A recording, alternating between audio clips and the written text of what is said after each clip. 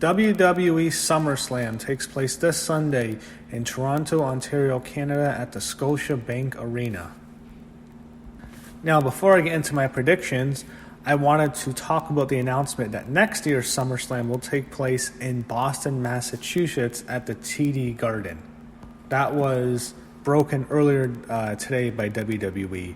So that's an interesting location for SummerSlam. They're done with the Barclays Center. It's the first time they haven't been in Brooklyn since 2014. That's 5 years. Before they did the tradition in Brooklyn, it used to be a tradition in Los Angeles, California, but now I guess it's just going to go back to regular cities. And I think that's probably the better way to go.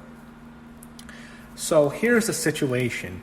Right now for the SummerSlam card, you have it all over the place. You have a card that's probably going to change. You're probably going to get to 13 matches, maybe 14 matches by the time we're done. By the time the show starts, rather. And unfortunately, you only have 10 matches announced. I fully expect there to be at least 13 matches. I believe you have 3 pre-show matches, and you might even get some matches added to the show later. But this is the 10 matches we have right now, and I'm going to give you my predictions for those 10 matches. So on the kickoff show, I'm presuming this will be on the kickoff show. You have the Cruiserweight Championship. You have Drew Gulak defending his title against Oney Lorcan. I don't care. I don't watch 205 Live. This is the bathroom break match for me, even though it'll be a good match. I just don't care about 205. And Drew Gulak retains. So now let's get into the SummerSlam main card. All these 9 matches I 100% envision being on the main card. You have Trish Stratus making her return in her home country of Toronto, Canada, to face Charlotte Flair. Let's be honest, Trish Stratus is not that over anymore. She is an older woman now, and I don't think the fans really buy her as a major star as WWE would like to portray her. They portray her and Lita as these two big mega stars. They really make them like they're the Stone Cold Steve Austin and The Rock of the women's division. And they're not. They were good names. They were stars, but they weren't big stars at all. And Trish, we see the lackluster reactions. She just wasn't that big of a deal to this audience because when you look at her, the women's division just wasn't very good back then. Even though when she was on top, it was still better than what it became later after she left. But she wasn't, a major star that WWE really wants to promote. So in this match, you have Trish in her hometown against Charlotte. Trish has said it's her last match. And that's a great way to go out. It's a big match. I mean, her original last match was when she beat Lita to win the women's title, Unforgiven 2006. Then she came back. Remember, she had a match on Raw with John Cena. And then she came back for Evolution. She won a tag match with Lita. And then once that happened, she went away again, and now she's back for a match with Charlotte Flair, which she said will be her last match. We'll see about that. Should be a good match. I think they can have a decent, solid match. I'm sure they're practicing the match in the Performance Center like they do for every single women's match. Every single high-profile women's match is practiced in the Performance Center. Who wins? I think Charlotte Flair has to win. I don't think it makes any sense to have Charlotte lose. She's taken some losses. She's lost to Becky like a million times. Then she beat Becky to get the belt back, and she lost it immediately to Bayley. So Charlotte needs a win. I think she beats Trish here, and I think that should be a lock. I don't see Trish winning. I don't think it makes any sense, especially if it's her last match. I guess if she wants to stay, she could win. Maybe she can feud with Becky after. But if it's a one and done, and this is it makes sense for Charlotte to win. Next, we have Finn Balor against The Fiend, Bray Wyatt. So this is the man, Finn Balor. That tells me WWE is still very protective of the Demon. We won't see the Demon. And one thing about Finn Balor that's really interesting is SummerSlam is his home. He's undefeated at SummerSlam. It's like he's the Undertaker of SummerSlams. In 2015, he didn't wrestle at SummerSlam. He wrestled at NXT TakeOver Brooklyn.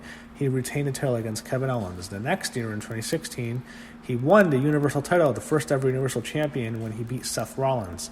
Of course, he was hurt in that match because Rollins powerbombed him into the barricade and Balor had to give the belt up. But still, he beat Rollins in a high-profile match. And in 2017, what's interesting is he beats Bray Wyatt as the Demon. And then 2018 destroys Baron Corbin as the Demon. The Demon is 4-0 at SummerSlam, and those were all in Brooklyn, so I guess that the luck runs out for Toronto.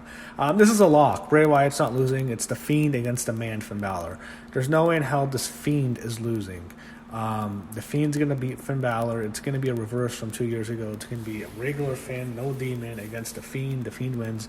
I think if they really want to get this Fiend over with Bray, you have him beat the Demon. have him take down the Demon, make an emphatic statement, this guy is for real now.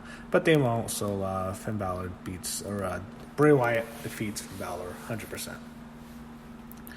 Next, you have the lock of the night, Dolph Ziggler against Goldberg. Goldberg, spear, jackhammer, 1, 2, 3. It's a squash match, Goldberg squash match.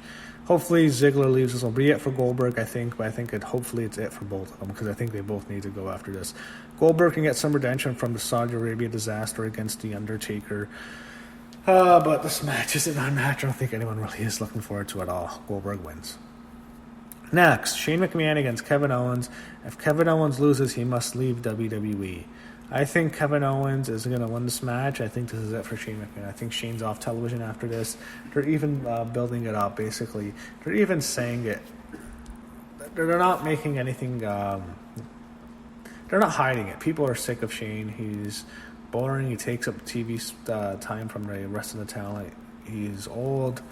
He'll work hard in this match. I think Kevin Owens takes this. I think that's it for Shane, and hopefully... we can all hope that's it for Shane. I think KO beat Shane here. The United States Championship. In the match, I think that will probably steal the show. I can see these two, if they get the time that they deserve, having the match of the night.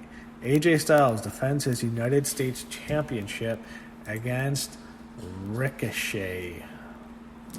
So, what you have here is a match in which they had a good match at the last show at Extreme Rules, but it was just good. It wasn't great. It wasn't fantastic. It wasn't a match you wanted to see tear the house down. I think they have a great match here. AJ's had a great track record at SummerSlam. He had that classic match with John Cena in 2016. I think he's going to try to outdo himself here. I think him and Ricochet are going to work their asses off. And I look at the Intercontinental title in SummerSlam. Let me think.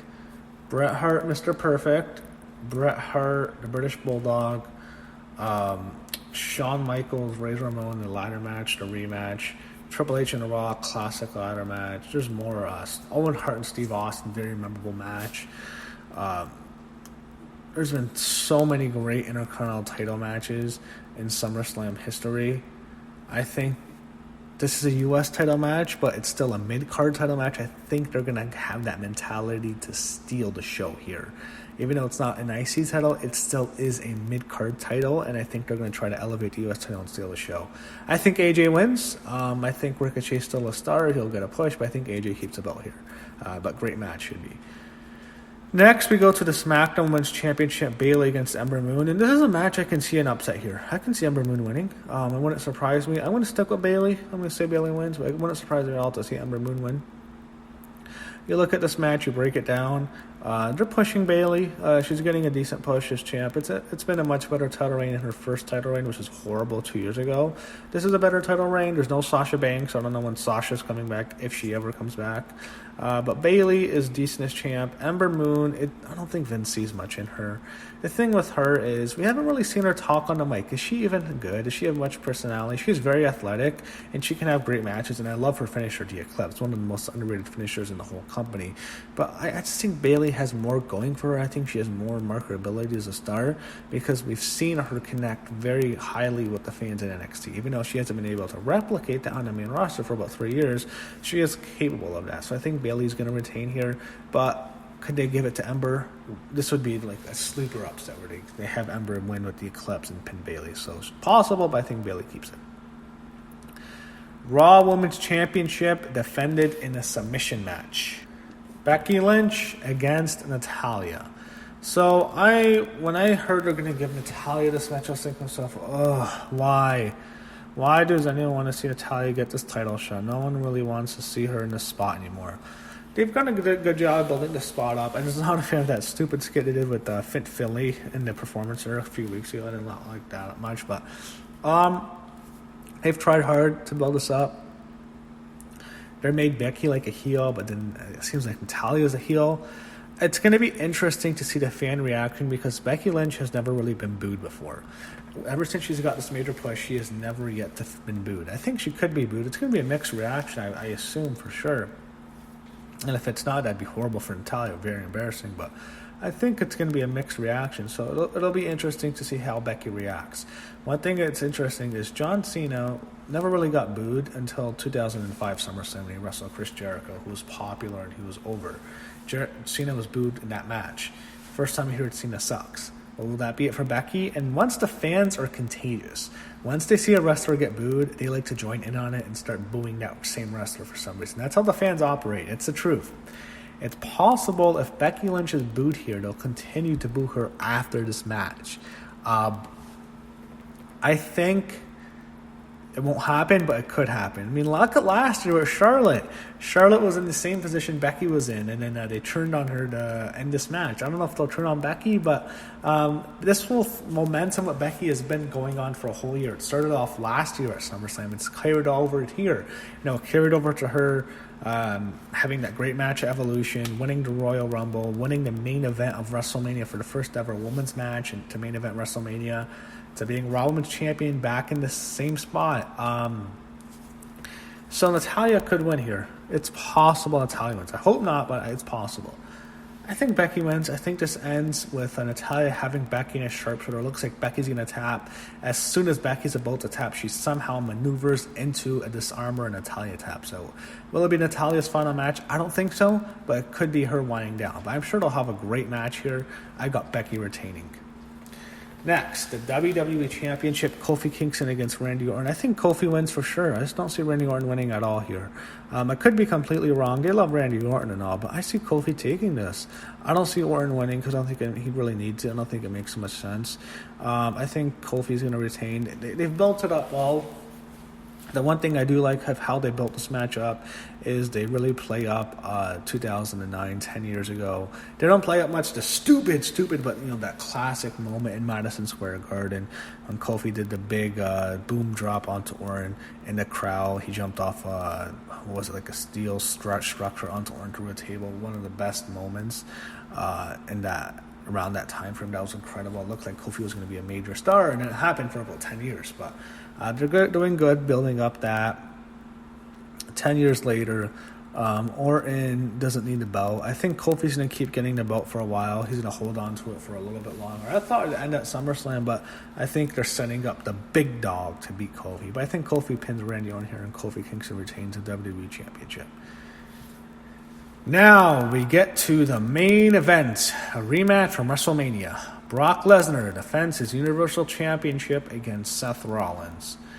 I see this being a good match. The thing with Brock and Seth is they have a history together. It starts at WrestleMania 31. Seth catches in and he pins Roman and he wins the Universal title. The WWE World Heavyweight title at the time. There was no Universal title belt. Rollins pins Roman to win the belt in the matches with Brock and Roman. Then they have a match later at a pay-per-view in which The Undertaker interferes. And then they wrestle again in a triple threat match for the title at the Royal Rumble, and Lesnar pins Rollins. And then they have, they're still away from each other for a while. Then they finally meet again at WrestleMania 35. Rollins squashes Lesnar after Lesnar beat him up after the match. Hits him with the low blow and 3 curb stomps and pins him. They have a good history together. They have yet to have a classic match. They have yet to have that great match that Brock Lesnar has with wrestlers the style of Seth Rollins. He's had great matches with Daniel Bryan, CM Punk, AJ Styles, Finn Balor. He can have matches with great technical wrestlers. Brock is so capable of having these kinds of matches. With the right opponent, he can have it. I think it's going to happen with Seth. I don't know how great the match is going to be, but I think they're going to have a kick-ass match, and they're going to both work really hard. The whole story is Seth's ribs. I think they're going to do their best to get Rollins over here with losing. Rollins has really hurt himself. He hasn't helped himself at all on social media, let's be honest. And I think that could play a factor, maybe the way he's treated here, whether or not he's cheered or booed. But my prediction is it's a hard-fought match. Brock beats up Seth. Seth's bloodied up from the mouth again. He gives it all he can get. He kicks out of an F5. He kicks out of another one. He's giving Brock everything he has. Finally, Brock hits him up for a third F5, pins him, 1, 2, 3. Brock Lesnar keeps the Universal title and defeats Seth Rollins at SummerSlam. So I'm going with Brock Lesnar to retain the title and defeat Rollins. Should be a good card. You have some good matches. A lot of the matches should deliver. It's a long show. I'm sure it'll be very long, and I'm sure the 9 matches here, you'll have more matches added. When the matches are added, you can just look for my predictions in the descriptions. So that's it. SummerSlam this Sunday, Toronto, Ontario, Canada. Let's hope we have a great show.